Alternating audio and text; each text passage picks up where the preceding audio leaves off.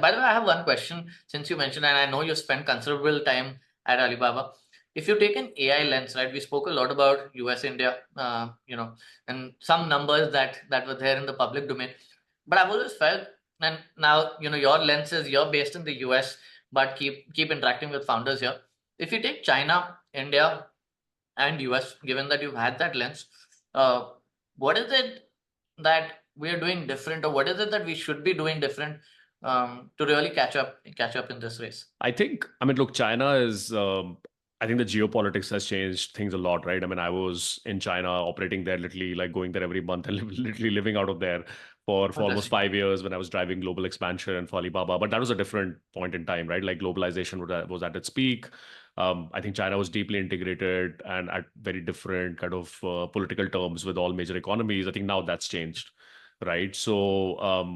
And really, frankly, I think it's very hard to get a real insight into what's happening on the ground there, right? But I can tell you, at least from my days there, that I think AI is, of course, a massive sovereign priority for them. I think their big tech companies and their tech founders are supremely talented, supremely focused. Their operating and execution culture as a nation really lends itself well to moving fast on things, right? And which is, I think, a massive competitive advantage that they have.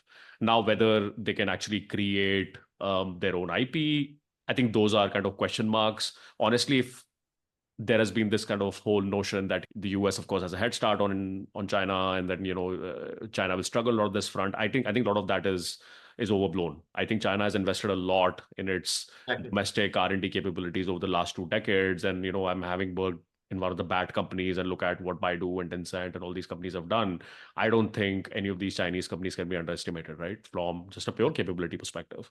So that's, I think, China. I think from an India perspective, I think India is playing it in the right way. I mean, we have to, I think, be really very strongly aligned with the Silicon Valley ecosystem. I think there's a natural alignment of values of the way of doing business. I think it started off, of course, in the 90s, and through the last three waves of sort of services, products, SaaS slash cloud, and now kind of going into AI and deep tech, right? I think that alignment has only grown stronger. I think it is supported by very strong geopolitical alignment between both the economies and both the countries. So I think that plays very strongly. I mean, now you are seeing, kind of working groups being created in defense, for example, between both the countries, right? And India is now emerging as a very strong defense tech country. Yeah. We are seeing a lot of effort happening on energy, EV, manufacturing side, right? So I think India is kind of playing a lot of those cards at a macro level in the right end. I think US, as you said, it seems probabilistic that in US will be the one who will actually create the infrastructure for a lot of this stuff, right? Right. And so India most likely will need to build on top of it, right? Like India slash Indian founders, right? So it's Yeah. actually in our interest to sort of understand these platforms, iterate on these platforms. A few people will kind of immigrate and start companies here. I think the US is doing a lot to kind of encourage that immigration, right? I mean, you see the O1 visa. I think that's been a big tool as well, right? From this perspective. So yeah, I think just having very strong alignment, really piggybacking and building on top of all these infra capabilities that are being put out, and then of course I think the entire potential narrative violation in all this is that can India, or is there a need to build a localized AI infrastructure company out of India, right? Which is, I think, probably what Mm. a Bhavesh is thinking about today. Exactly. Yeah, I think time will tell, but it's going to be interesting. I think in my honest opinion, just from the recent visit, I think I was there 3 weeks back, maybe. Um, Maybe it played out very similar in the SaaS wave, right? Maybe these waves are such that it starts maybe in the West, and then we take a couple of months or years to take a stance first of all, and then build out certain layers, right? Like in this case where everyone's like, okay, hey, maybe applications where we need to go, right? So it could be possible that that is the general nature of some of these waves. You mentioned the four waves we've seen, right? But just from an ecosystem point of view, I don't think that is something we can sit on, right? Like, okay, hey, applications also, in all honesty, there are so many applications already being built in the US as well, right? So um, where is the arbitrage in that case? Okay, hey, yeah, applications is something we can build. Where is the arbitrage in applications as well, right? In the services play, the arbitrage was there, very clear, right? SaaS also there, right? Certain, like most of it was pricing. If you see the early SaaS that came in, most of the arbitrage was on cost and pricing, right? um, and talent, right? Essentially, that allowed you to bring down some part of pricing, and products only kept getting better over time. You see, some of these products that came out were much better. Now, where does the arbitrage lie? Where you're saying, okay, hey, we will build applications. We're not going to touch foundation. We're not going to touch infra, or at least we're trying to, but we might not be able to compete there. But yes, we will, fight on applications for every single application.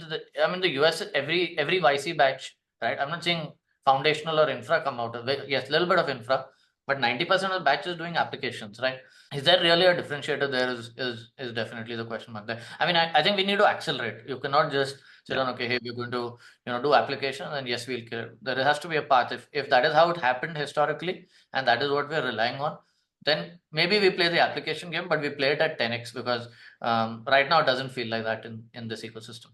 And that, I think that's a great question to ask. I think my POV on this as an investor is that I think the time of building incremental application companies is gone. I don't think Hmm. that's going to survive. I mean, irrespective of competing with US companies, YC companies, I think global companies, I think it's going to be trivial to build a lot of application layers. So I think you will have to go deeper. That's why my thesis is I'm very excited about kind of the so-called deep tech areas.